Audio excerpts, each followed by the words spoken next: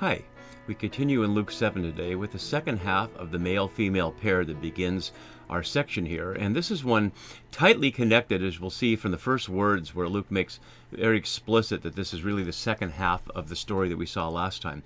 Let's look briefly at how it fits in with the various other male-female pairs we've seen. Obviously, we saw Elizabeth and Zechariah, Joseph and Mary, and Simeon and Anna in the inaugural stories. And then echoing this, or this echoes that, I suppose, we heard in Jesus' inaugural ministry in Nazareth the question of widows in Israel at the time of Elijah and lepers in Israel at the time of Elisha. And then we came across one of the remote male-female pairs, the man with the withered hand in chapter 6, which would be paired with the bent-over woman in chapter 13. But these today are really tightly connected, as much as the ones on the other side of our unit, 7 and 8, which we'll look at again in a second to see the shape of these things. And the first part we want to look at is how Luke connects it with the very first words here. So the words translated in the New RSV soon afterward. Ekes here, the word is an unusual Luke transition, but means next in order, and is used one other time. And so by doing that, he's really saying that this story is connected with the one before. And it goes to a town called Nain. And we don't know a lot about Nain, but we can look on the Bible Atlas here, and then we'll look on Google Maps to see what it looks like today. So we can see going from Capernaum down to Nain. And what Luke is really noting here, skipping Nazareth. So in the last male-female pair that we noted, it was in Nazareth, and he said there, do the things you did in Capernaum, is what the people would say. So this tight connection between Capernaum and Nazareth in chapter 4. But clearly, Jesus bypasses Nazareth to go to Nain, a place otherwise unknown biblically and not known much about otherwise, although we can see it here on Google Maps, and you can see that it shows it would be about a 10-hour journey down to there by foot, 47 kilometers. Maybe you don't walk that fast, but people certainly did in those days. And so by drawing attention to Nain, Luke is rewarding readers who are paying close attention and remembering why he would skip Nazareth. And today's passage is really one where we're using the kinds of reading tools that we're looking at, both situating our story in its narrative context, seeing some intertextual echoing with 1 Kings 17, as we'll see, paying close attention to some of the Greek words, and seeing how Luke has shaped this story within the larger unit of chapter 7 and 8 really shows how when one tries to read just by reading a story on its own, one misses the fact that the Bible, and Luke in particular, is not a collection of short stories, but a narrative with a tight construction. And so as we saw last time, the synagogue in Capernaum, which Jesus encountered in chapter 4 with an exorcised of demon-possessed person, close readers could say perhaps the demon was the very kind of social structures that were established between the centurion and the elders in the last scene that Jesus plainly rejects. Although he didn't reject them in the scene, but readers of the gospel, as I showed last time, would recognize that all those different things that are appealed to, patronage, honor, shame, and social hierarchy of authority, are all things that Jesus rejects. And so in contrast with the centurion, who has an entourage, two entourages of clients to speak on his behalf, we have a poor widow with a dead son. And so before we get to the story, let's look again at the shape of the larger picture here. So I've actually changed this chart as I did further work from how I first posted it. So it's, if you downloaded it or looked at it from the first video last time, I've changed it since then to note even more connections between the pair at the beginning and the pair at the end, including the child who had died, using the unusual word it's hard to say, isn't it? Thenesko here, and only 849 elsewhere in Luke. So really connecting those together, as well as Jesus saying, do not weep. It's not the only times he says don't weep, but it's 2 out of 3 times. So a lot of tight connections there. So not only is this pair connected to this pair, but this pair is closely connected within itself. And then, as we'll see next time, setting us up for this whole series of forms of resistance to trusting in Jesus and his way.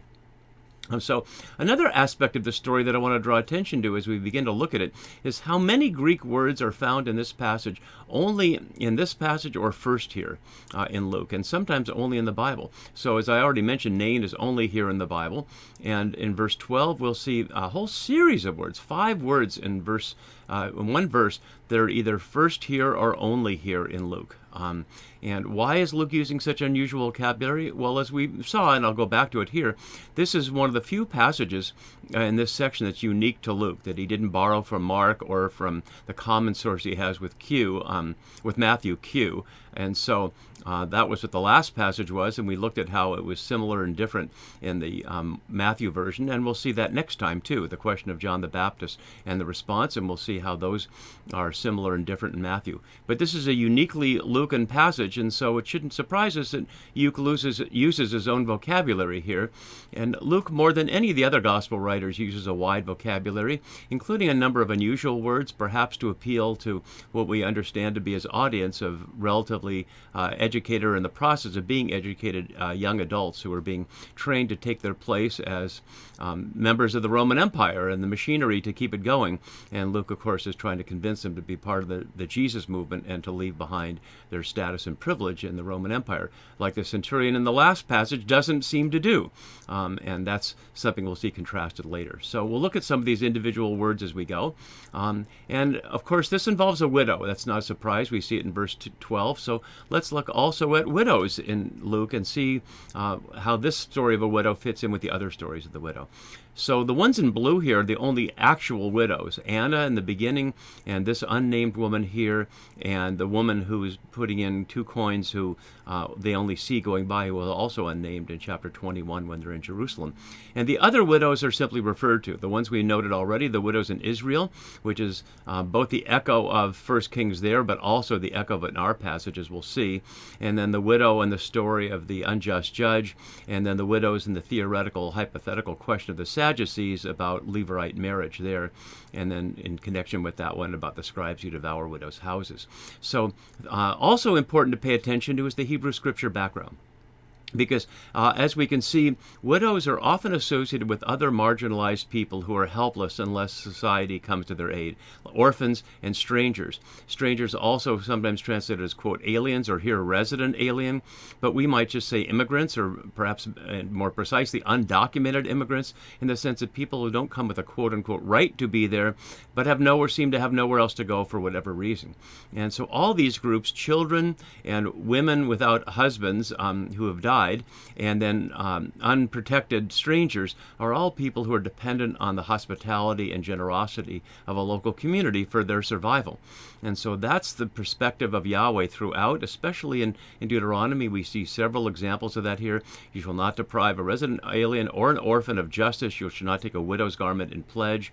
And similarly here, positively, you shall give tithes to the Levites, those who serve the temple that will be built, and the aliens, orphans, and widows, so they may eat. So positively are to provide for them, and negatively do not deprive them of justice, or do not take bribes that would give them no justice, which is part of what's at issue in the story back up here about the widow who pushes the judge in Luke's gospel.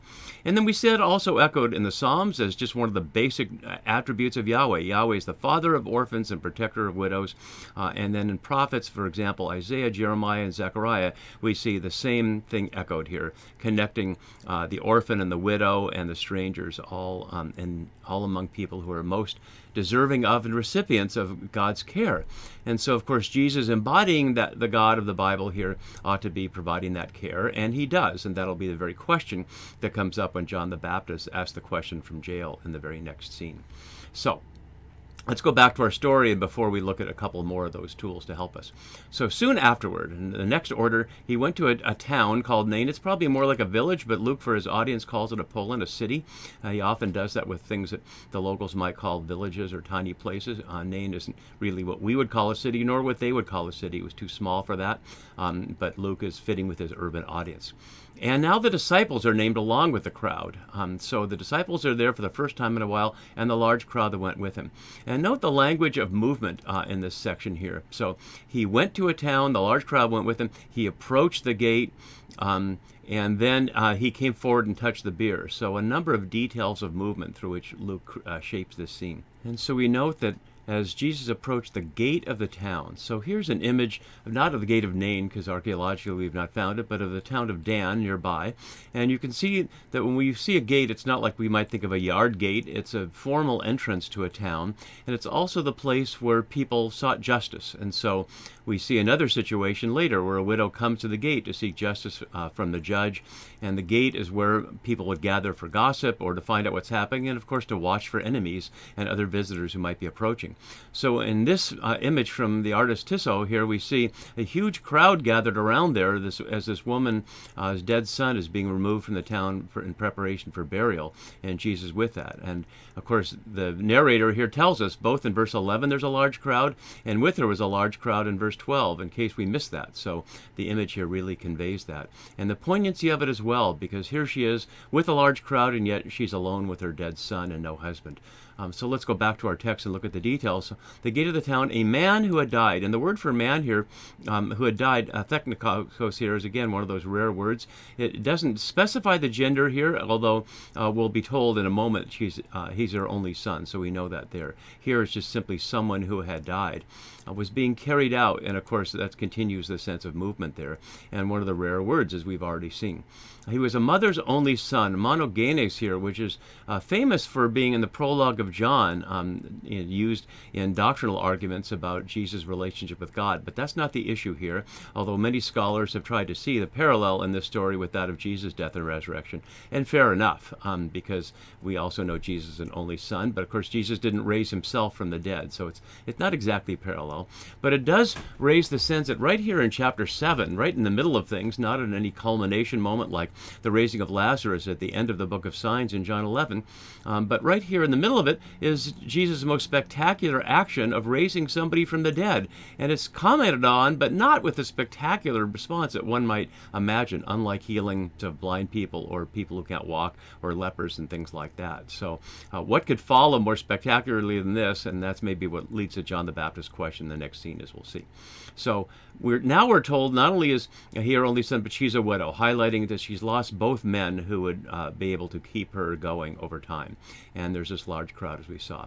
And so in verse 13, when the Lord saw her, and this is the first time we hear the narrator referring to Jesus as Lord, and we see it'll be a number of times, but one of many things that are unique in this passage here. And so the narrator establishing that Jesus stands as Lord even before he acts. And he had compassion for her and said to her, and this is the first time that Jesus initiates an action with a woman in the gospel. There have been a few other women, like Peter's mother-in-law in chapter 4, but he did not initiate that there. They did. They brought him in. And so nobody's calling him here, and she doesn't necessarily know who he is. We saw in the last scene the centurion had heard about Jesus, and yet we know nothing about her understanding of Jesus or not, or even if she sees him coming amidst the crowd. So it's his initiative. When he saw her, he had compassion for her. Splagnizomai here, a word in Greek that's tricky to say in English, but really means one's guts churning. That compassion arises from the guts in Greek, which is really interesting because in formal Greek, in the Attic Greek that Luke's educated audience would be more likely to speak in the halls of court and places like that, where Platonic theology, where Platonic philosophy was the norm, where bodily actions and passionate things like guts churning were to be repressed and denied by the elite. So the fact that Jesus portrayed here having compassion would strike odd to someone raised in the Roman world, and strike odd to the church fathers like Clement of Alexandria, who are all about denying passion of any kind, let alone passion to care for somebody else. But here he has specifically compassion for her in particular, and his first response to her is, "Do not weep," recalling the transformation in the Sermon on the Plain of, let's go back to that and look and see, "Blessed are you who are hungry now, blessed are you who weep now, for you will laugh." And so she's an illustration of those who are weeping now, and he tells her to stop weeping because the time for her weeping is about to pass, although she can't imagine why, can she? And then he came forward and touched the bier. And the touching of the bier of a dead person would render him ritually unclean, but he is plainly not concerned about that at all. The word for bier here, soru, an open coffin, and we can see that in the image as well, and also clear from the next verse. Again, only here in the New Testament. And similarly with the bearers here, the ones carrying bastazo, and we see those a few times, but again, this is the first time we're hearing about that. And then we hear they stood still. And although this is the first of standing still, and I didn't note that in my list of words, but all the stand stills, and there's 3 others, all indicate a moment for decision. We can look at just one of those, for example. In 1840, Jesus stood still and ordered the man to be brought to him. And so we see similarly with Zacchaeus, who stands still, and on the road to Emmaus, the disciples stand still in the face of the stranger's ignorance of what's been happening. So the bearer stood still after Jesus touches the bier. Who knows what they're expecting here, but here it comes. And he said, "Young man, I say to you, rise." And the word for young man, neoniske, is only here in Luke, and it highlights the contrast with the pais last time, a child here. This is usually understood as a person, we might say young man as well, someone between the ages of childhood and adulthood. Hippocrates situates it at the age of 21 to 28, which is fully adult in their world. We might call that a young adult now, but they wouldn't have. But still relatively young in the scheme of things. And so he would have been, in that sense, an adult old enough to take care of his mother and may well be again. And he says, "I say to you, rise." We have heard rise before, and this is one of several echoes here of the Zechariah canticle back in chapter 1, and we'll see more of that as we go. Let's finish looking at this part of the scene, and then we'll look at the echoes from 1 Kings. The dead man sat up. And that's literally what it says, nekros, here. It doesn't say the man who had been dead, but as if he's a zombie here sitting up, and not that he's alive again. And yeah, that's plainly what happens. He sat up and began to speak. Interestingly, we don't hear him speak, and the mother never speaks or responds at all. But his action of beginning to speak highlights that he's alive. And Jesus gave him to his mother, which is very explicitly an echo of 1 Kings 17. So let's look at that here. So the places I put in blue are the parts in the 1 Kings 17 passage there that are echoed explicitly or almost explicitly in our passage in Luke. And we should be aware of this scene because the first part of 1 Kings 17 is precisely the one referenced in the synagogue in Nazareth of the healing of lepers there. And so after that, we have this scene. He set out and went to Zarephath. And the first part of it was that she was hungry, and so he provides a meal, and we'll see that echoed later. But then her son has no breath left in him. And we see the exact echo here. He gave him to his mother, echoing the passage we just saw. And her response is, "Now I know you are a man of God, and the word of Yahweh in your mouth is truth," which certainly would apply as well to Jesus. Which brings us to Elijah and Luke. So if we can see Elijah and widows in 1 Kings, we can turn it around and see Elijah and Luke. And so we saw the anticipation in the first chapter with the spirit and power of Elijah. John will go before him. And then we see the echo we saw from the synagogue speech in Nazareth. Then we're going to see coming up here the expectation twice in chapter 9. Once about John and once about Jesus, that they are Elijah. And our gospel really makes it pretty clear that John is like Elijah, if not actually Elijah. Luke doesn't have him wearing the camel hair and leather belt as Mark does to make him more explicitly like Elijah. But still, it's echoed here. And then we certainly see it in the Transfiguration, as in Matthew and Mark, that Moses and Elijah are there with them. And Peter, not knowing what he's saying, wants to build a booth for them there. So we see that Elijah is really important in Luke, and this echo from 1 Kings is showing that Jesus is at least, if not more, a prophet like Elijah. So going back to our shape here, let's go and finish our scene. And so we see in verse 16 the echo of 5:26. Let's go back to that, where fear sees them all here. Amazement sees them all, and they glorify God, and we're filled with awe. And we see the very similar thing. Fear sees them, they glorify God. And yet they say, "A great prophet has arisen among us." Notice they don't say the Messiah, because there's nothing about the Messiah that would have been expected to raise somebody from the dead. The Messiah was expected to liberate them from empire, whether that was the Romans or whoever that might be at a given time. And so this would not lead them to think he's the Messiah. This would lead them to think he's like Elijah. A great prophet has arisen. Whether it's like Elijah, a new prophet, or an ancient prophet in the sense of risen, and that will suggest what we hear in chapter 9, risen from the dead. But why would they think that? What in the tradition would lead them to think that a prophet would rise from the dead? Nothing in the tradition, whether biblically or extra-canonically, even in texts like 1 Enoch, suggests that prophets would rise from the dead and come back into this world. first Enoch certainly has a sense of an afterlife, but it's an afterlife on the other side of the veil. In a physical realm, it's not a soul realm, but it's not this world. Perhaps it's like his Dark Materials or some story like that, where there are multiple worlds out there on the other side of whatever veils separate us, but we don't have to go there for this purpose. And we hear God has looked favorably on his people here as another echo of Zechariah, and you see the note from 168 and also 178. And notice this contrast with what we saw in the last scene, when the centurion's people got home and found his pais, or his doulos, his slave, well. There's no excitement, there's no praise of Jesus, there's no acclamation of anything. It just happens and Jesus goes away. But in great contrast here, the people are afraid, or in awe at least, we could read that. They glorify God and they announce something about Jesus and about God. And so they see Jesus as operating with God, and that this word about him now spreads throughout Judea and all the surrounding country.